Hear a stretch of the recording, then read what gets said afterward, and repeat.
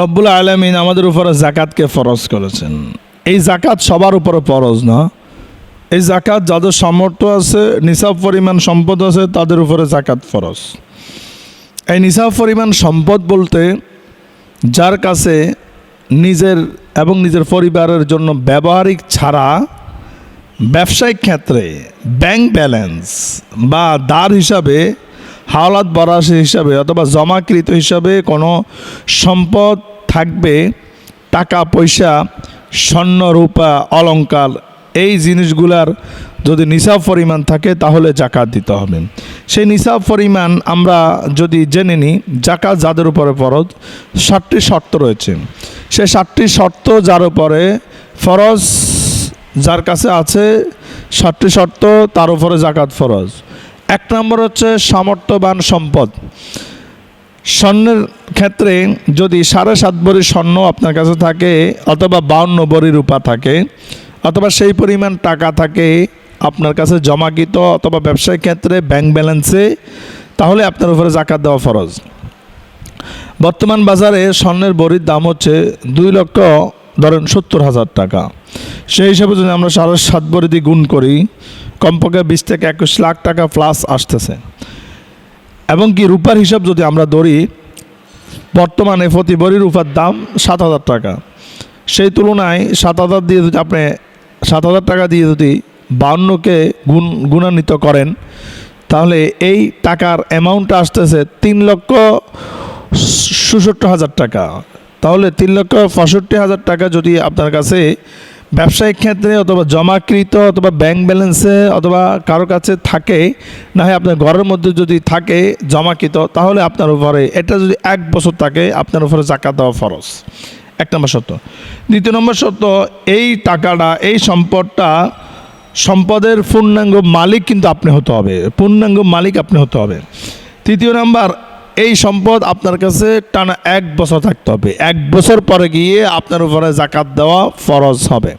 এখানে একটা কথা বলি, আপনি ধরেন 5 লাখ টাকা নিয়ে একটা বিজনেস শুরু করেছেন। 1 বছর মাঝে আপনার 3 মাস পরে লাভ হয়েছে, ঠিক 6 মাস পরে লস হয়েছে, 9 মাস পরে লাভ হয়েছে, আবার 12 মাস পরে যাই যখন 1 বছরের হিসাব হবে তখন যদি আপনি লসে থাকেন, অর্থাৎ আপনার যদি এই 5 লক্ষ টাকা কমে যদি 2 লাখ 2.5 লাখ টাকার মধ্যে চলে আসে, তাহলে 2 লাখ টাকার মধ্যে যদি চলে আসে আপনি লসে আসেন, হিসাবের কমে আছে, তাহলে আপনার উপরে জাকাত কিন্তু ফরজ না। আবার বছরের শেষে, মাঝখানে লাভ লস ছিল, বছরের শেষে যদি আপনি লাভে থাকেন অথবা আপনার এই টাকাটা যদি 3.5 লাখ টাকা অথবা 3 লাখ টাকা প্লাস থাকে, তাহলে আপনার উপরে জাকাত দেওয়া ফরজ। এখানে আপনি 5 লাখ টাকা দিয়ে বিজনেস শুরু করেছেন অথবা 3 লাখ টাকা দিয়ে 4 লাখ টাকা দিয়ে বিজনেস শুরু করেছেন, যদি আপনার ঋণ থাকে, ধরুন আপনার 1.5 লাখ 2 লাখ টাকা ঋণ আছে, এই ঋণটা বাদ দিলে আপনার যদি মূল টাকা, মূল ধন যদি 2 থেকে 2.5 লাখ অথবা 1.5 লাখ টাকা আছে, তাহলে আপনার উপরে কিন্তু বর্তমান হিসাবে জাকাত ফরজ নয়। তাহলে আমাদেরকে সামর্থ্যমান নেশাব পরিমাণটা আমাদেরকে জানতে হবে, জেনে নিলাম।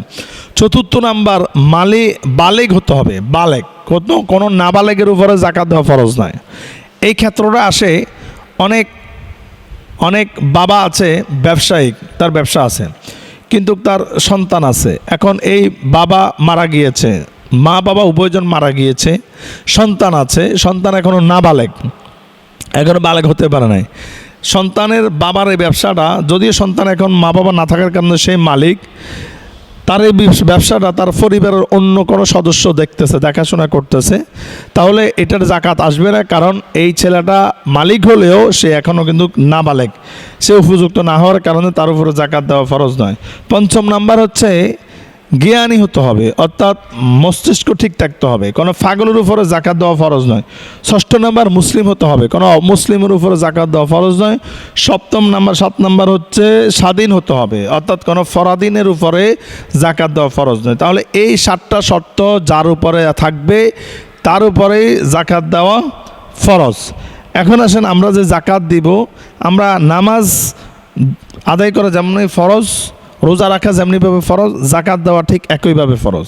আমরা নামাজ আদায় করি, ফরজ বিধান আদায় করি, রোজাও রাখি, নামাজ নিয়ে আমরা দেখা যাচ্ছে কৌশল অবলম্বন করি না, চক্রান্ত করি না, রোজা নিয়েও কৌশল করি না, কিন্তু জাকাতের ক্ষেত্রে আমরা কৌশল অবলম্বন করি।